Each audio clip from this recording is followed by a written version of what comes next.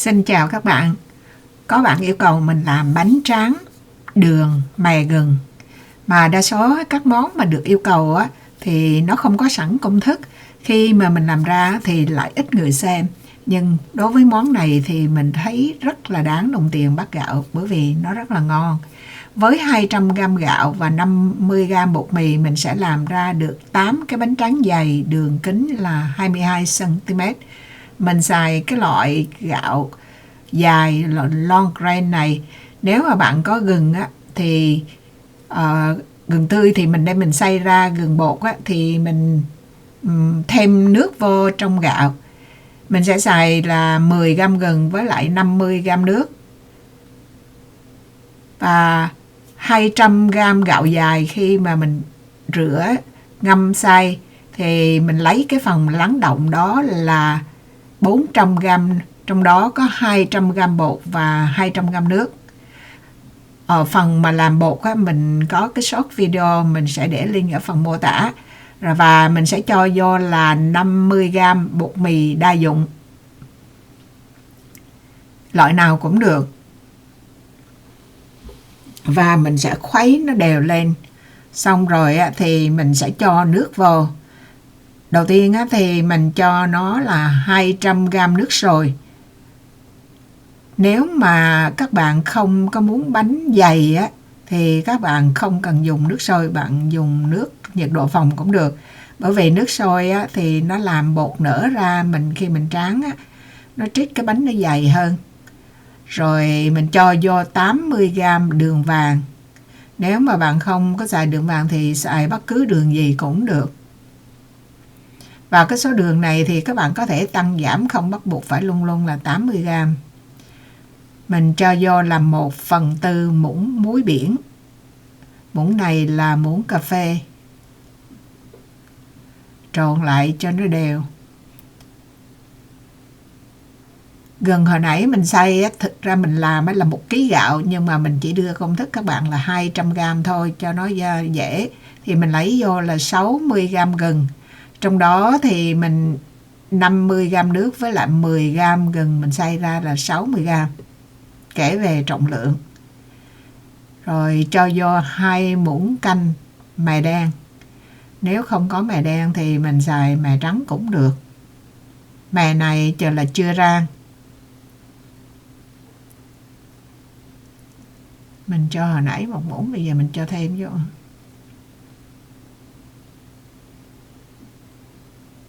Khuấy để bột nghỉ cỡ 10-20 phút. Xong rồi mình lấy chảo ra. Đây là cái chảo mà gọi là gia truyền nhiều đời, nhưng mà mình thì chưa có đời nào cho nên mình đặt là cái chảo nửa đời hư phấn của mình. Với cái chảo này á thì tráng rất là dễ. Mình sẽ để link cho các bạn nếu muốn mua ở Amazon á.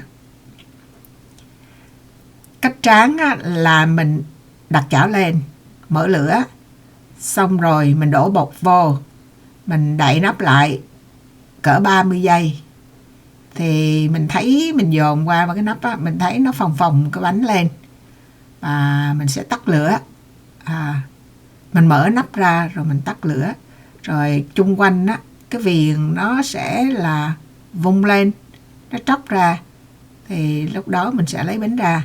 Mà một cái điều lưu ý là lát nữa các bạn sẽ thấy, bây giờ mình nói trước các bạn, tráng mà có đường á, bánh nó dễ bị dính lắm. Nó không phải là nó dính toàn bộ cái bánh, mà nó dính chỉ một cái lớp, như là một cái lớp phi mỏng á.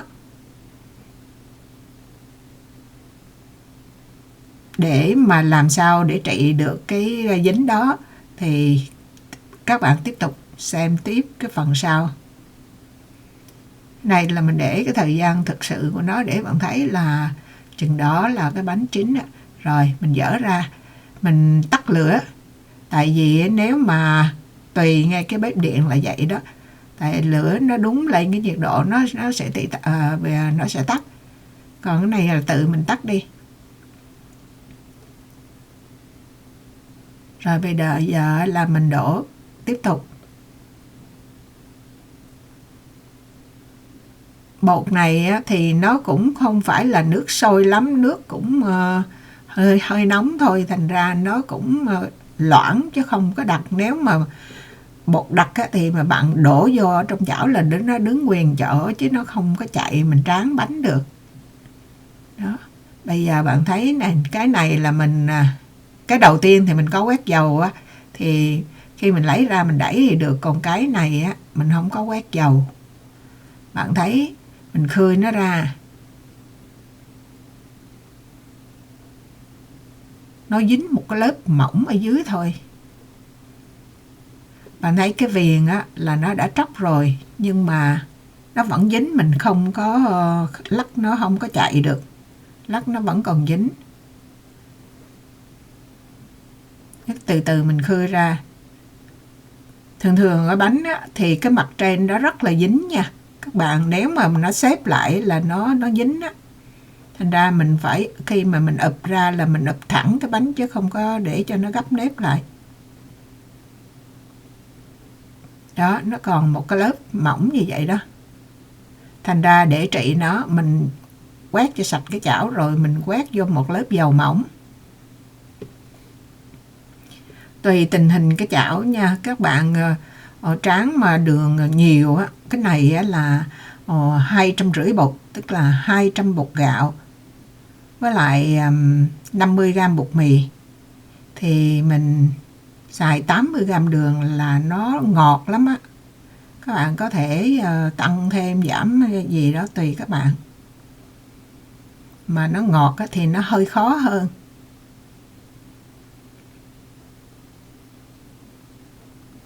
Bây giờ bạn coi cái có lớp dầu vô thì mình dỡ nó ra, nó bung cái góc lên ha. Rồi bạn coi mình lắc nó chạy liền ha. Nó kỹ lại. Úp xuống liền. Không có bị cái lớp phim nó dính nữa. Rồi cứ vậy là mình, cái lần này á, thì mình không có quét dầu, tại dầu kia còn dính á, thì để xem thử nó có bị dính không. Nó sẽ bị dính thôi. Thành ra nếu mà mình tráng với có đường á, thì nên quét một lớp dầu. Đó, nó cứng á, nhưng mà ụp mạnh á, nó còn cái dầu nó dính nó cũng đỡ.